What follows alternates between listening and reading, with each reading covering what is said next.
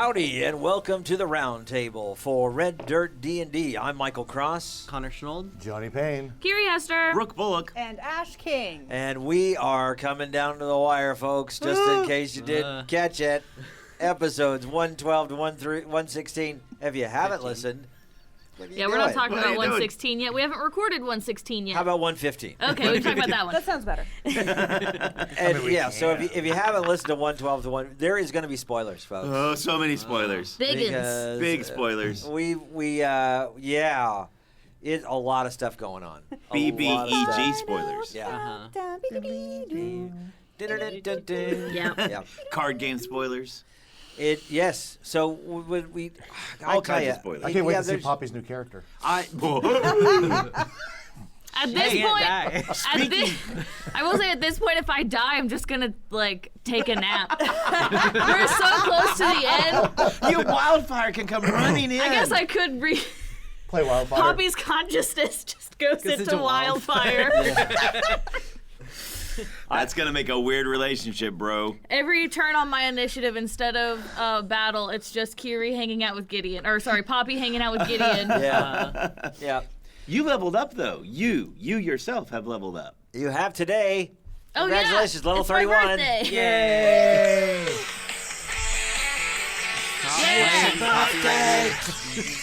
It is my birthday. My birthday too, yeah. But this makes every year since the inception of Red Dirt D&D, I have worked for Red Dirt D&D on my birthday. This isn't Yo, work. you get that birthday pay, right? Yeah. She gets an extra bonus. I get an extra slice of pizza. Here's your fake chip. But seriously though, Michael brought cupcakes for us. Yay! So when we have lunch, we can have cupcakes. And Kimberly, one of my top 3 favorite patrons and my favorite person, Mine too. got me some Kraken dice for my birthday, and they're pink sparkly babes. Krakens are nice. And so far, they're rolling okay. I know we're That's good. Not amazing, but okay. I know we're suddenly ADHD in this thing, but speaking of dice, SDA dice. Oh my gosh. Oh my gosh! Yeah. I'm serious. You folks, if you haven't already found him at a con or gone to check out his amazing stuff, just amazing. SDWaygaming.com.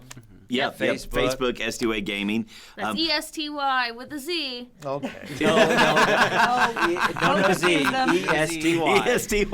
Yeah. That was a joke. And if you don't see something that you... It's SDWay with a Y. SDWay with a By Y. the way. SDA dice. Oh my gosh, they're so nice. They're so wonderful. so And great. he was so great. Yesterday we went to do Miracle Con. Yeah, it's tons of fun. And fun. brand new space. Oh my gosh, that place is nice. The chandeliers are super fancy. But just had a good time and I got a ring of Featherfall Yes, you did. at the con. there we go. Was that from the model place The that had 3D all the 3D model Yeah, dice I tower have things? the card somewhere. I'll have Okay, to, I'll awesome. have to put it in the notes or something. But yeah, they had 3D printed all these really cool potion bottles because I got a ring of Featherfall from them, and then I got a potion of flying from them. And Sweet. the little stopper actually comes out. You can't put anything in it, but the little stopper actually pops off. Yeah. So I it's got really a cool new for, dice tower from Pro Laser Cuts. That's Yes, laser cuts with a Z. Pro laser cuts. Which of course Steph was fabulous, and also I got a little card box because that is going to be used for my next Someone character new? for Blackjack's. Oh yeah, okay. cards We for could talk about Warlock Blackjack. cards. Sure we Yeah. can. Awesome. name dropping. Yeah.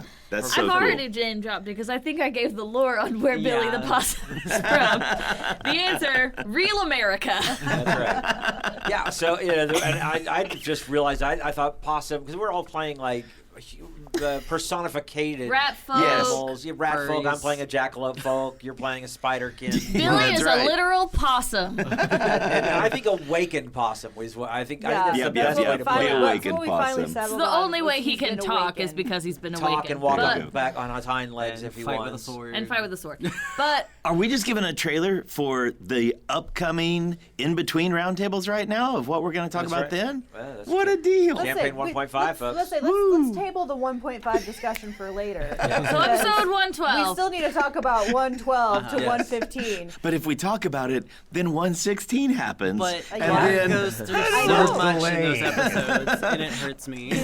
You're only delaying the inevitable. Can we have a Doctor Who moment? I don't want to go. I don't want to go. Oh yeah, no doubt. Oh, it's starting me crying again. Oh, no, we're gonna have. I see you have the tissues over there, Michael. Just in Actually, case. no, that's just. I think it's a little bit of the con crud. I've got my noses running. Sure, right, whatever. The Doctor Who moment that we're gonna have at the end of this is, hey, you were fantastic. And you know what? So was I. Now, where was I? Barcelona. As long as it doesn't involve a graveyard in Manhattan. Yeah, I'm we're good. okay. So.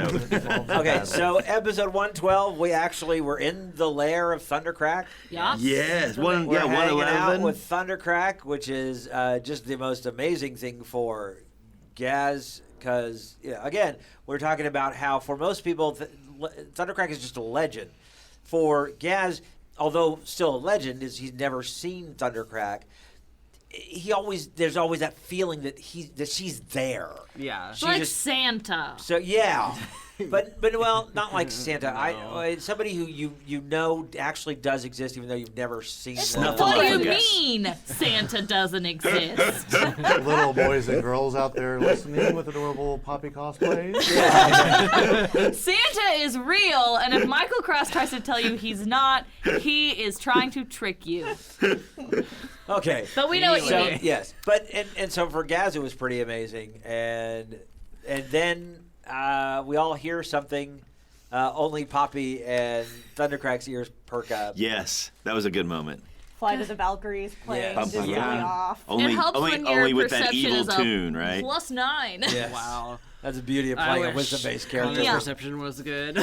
Listen, play a druid, max out your wisdom, and you too can have a +9. Yeah, And I don't know if typically it's- almost every one of my characters, I always put proficiency in perception Oh, because definitely. it is the most not overused. It's the most used Frequent, skill. yeah. Yeah. The most So, useful. yeah. skill. Yeah. Yeah. And I don't know if it's just because we hadn't heard them in a while or if there was a little tweak you had done, but all through this set of episodes, the sound effects for the sky ships and the skiffs that are flying, man, just chef's kiss. That was Like so they were much fun just to put together. I mean, it's just so good. Just that whoop, whoop, whoop, whoop, whoop, whoop, whoop. I was like, oh god, you can see him landing, you can see him zooming by. It just was really great. We had a lot of fun with it. Aerial Thank you. dogfight between Yes. a freaking dragon and a gunship. Yeah. Man, I knew it. I knew it when we heard him. I knew it when we stepped out of the. I'm getting a little ahead, but when we stepped out of the treasure room of the Horde, I knew what we were going to look up in the sky and see. Yeah. So, So the question, this does beg the question, Ash. If Thundercrack's horde lair was so private and secretive that no one could find it, how did the Empire find it all of a sudden? dun dun dun. Dawn. It's a funny story, actually, and I actually had to do some interesting calculations on this. I was like, how fast can a steel predator run? And I calculated it, and it's just slightly slower than the speed of your airship. Oh my no! God. Oh no! So if you look in the lore about steel predators, one of the things that it says about them is that they are typically specifically created to hunt down a specific person. Yes. So the thought in my head is so Seraphina basically goes to Schnookums. Seraphina finds out you guys are here. She turns to Schnookums and says, "Sick 'em." And then Schnookums basically, using their magical extrasensory abilities, tracks Konnor. Yeah, nobody tell Connor he's gonna freak out if he finds out Follows that he lives From in there. Shada From Tavi Way to to go. yeah. all the way Yeah. down. Yeah. So just for Nobody a tell little bit more Connor. pressure, we are the reason Yeah. why the Empire attacked. Connor would feel really, really bad. Please, nobody tell Yeah. him. I mean, our characters don't know, thank goodness. Yeah. As long as Seraphina doesn't say anything about it. This is Like, something I behind, would the assume- behind the scenes thing. Yeah, there's no way we could have known about that in the show, but that's why I had to ask. If anyone out there in the show is ever like, well, how did the Empire know they were there, and how did they find Thundercrack's lair? And it's like, I've got an answer for that already in my back pocket. So I would we assume most of our followed. characters actually just assume that they finally cracked the navigation crystal. That's But really what what it was I thought. they actually tracked us. We were let we were them, tailed. We were I followed. assumed that it was either that Well, or that they were scrying on us. Zonowitz So believes that it's just because they got so comfortable, they got lazy, like kind of like the arrogance of man with the whole Day the Earth Stood Still thing. I think there is a bit of that if you take the fact that we walked into Thundercrack's lair and there was, even though we came in with a kobold of Thundercrack, there was not that. Who the heck are you? Have you been followed? Were you? Yeah, I think there is that. It was like, we got to do this security. now. No, we don't. It's fine. We've kept it safe for so long. And I'm like, I instantly go, so if all your friends jumped off a cliff and survived, would you know? But how do you tell, basically a demigod dragon, no, you're wrong. Like, it's not safe. You need to move it right now. And then all hell broke loose. Yeah, exactly. It speaks for itself.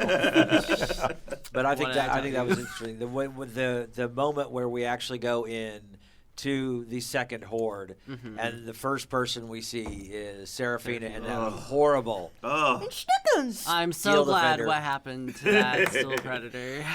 And I will tell you that as Very cathartic. it was. The only way it would have been better is if Konnor with a K had been able to cast it. Right? I'm glad you guys had a good time because that was like the second combat in a row that Poppy did nothing. It's fine. I think it worked just fine because mostly taking down that Steel Predator was going to be about. Great. I'm glad you guys don't need me. No, that's not what they said. Especially because who healed us for like probably close to 60 points. What it's at least 45 or 50. Anyway, but yes, that's where Poppy's got to be. I think Poppy is now at the point where Poppy's Terrified? got to be buffed and buff and debuff and heal. She and is do your the thing force there of nature. because and also I think it's the same thing with Makron and Konnor is really you guys have got to be the support class. Let Gaz be the frontline fighter now. Connor has some really hard-hitting spells. Yeah. But we can throw those. But from a that's what I'm saying. distance. Be back. Yeah. You don't have to be on the front line. And Makron has been the hardest one to go. You don't stand here. Do not be a tank. Do not be a tank. You are not a tank. Although you are because you're a dwarf and they allow. I was right saying now, he has You got a million hit points. he only has one less max hit point than you. I know. But that means he can Hero's stand back feast. and Thank you very much. And of course the problem is that when you cast concentration spells, that's when it gets a problem. If you're a frontline fighter trying to cast a concentration spell, you're going to lose that unless you've got Warcaster though, don't you? No. You need Warcaster. No, he does not. He never took that. Yeah, so that helps a lot. But being you guys just got to stay back. Yep. And even we can get Johnny to stay back too. Hey. He's a paladin. Zonowitz keeps just running. They're I know. I fighters. understand the idea of a paladin running in. I'm quite aware of what My job happens is with to die, paladins. and damn it, I'm gonna do it. That's how paladins are played. I learned from the master. Hey, who is ultimate paladin? Hodor. You may not be Hodor? wrong. Hodor. Yep. He was a Hodor. paladin. Yeah. He stayed behind. That's the paladin's Yeah. job, and in my opinion, is to stay behind. Hodor. And let everyone else get out while you. Spoiler alert. There Hodor we go. dies in Game of Thrones. Yep. What? Who doesn't die in Game of Thrones? That's Jon right. Snow. Listen, I stopped watching after Jason wait. Momoa died. I was sad. Oh my gosh, that was way early. Yeah, that was like the beginning of season 2. I know a lot of people who were like, I'm not watching it anymore because Well, Jason it also Momoa's character became, died. and If this you're is watching part it of for Jason Momoa, you're watching it for the wrong reason. this is part of the reason why I'm not the same level of nerd as a lot of other D&D people is that I really don't like TV shows that I have to really pay attention to. You have to. Game of Thrones. I want to be able to put on a TV show and enjoy it, but also paint. Yeah, my wife and I watched. We binged that show like 4 times, like every time a new season came out, because it's just so much to follow. That so we Well, binged somebody it mentioned the 4 first times. episode doesn't appear until 7th season. Yeah. But he appears like you're supposed to know who he is and everything. Because hey, I was mentioned 10 years ago. Yeah. In episode 1. Yeah. Okay, we're coming to the end. That's enough Game of Thrones talk. Yeah, that's right. We are going to talk about episodes 113, 114, and 115 as we finally head towards the BBEG, the big bad evil guy, if you didn't know. And so if you want to hear the rest of this, as we take this deep dive and maybe even talk a little bit more, I don't know, Game of Thrones or whatever, then you have to become a Patreon member right now. And you can join at any level, and you get this full hour, plus you get the episodes 4 days early, you get access to our Discord server, you get extra content, there's other things going on at other levels. So check us out, patreon.com/reddirtdnd. We'd love to have you joining us, and you can listen to the rest of this podcast. So we are going to head to the long version of the roundtable right now.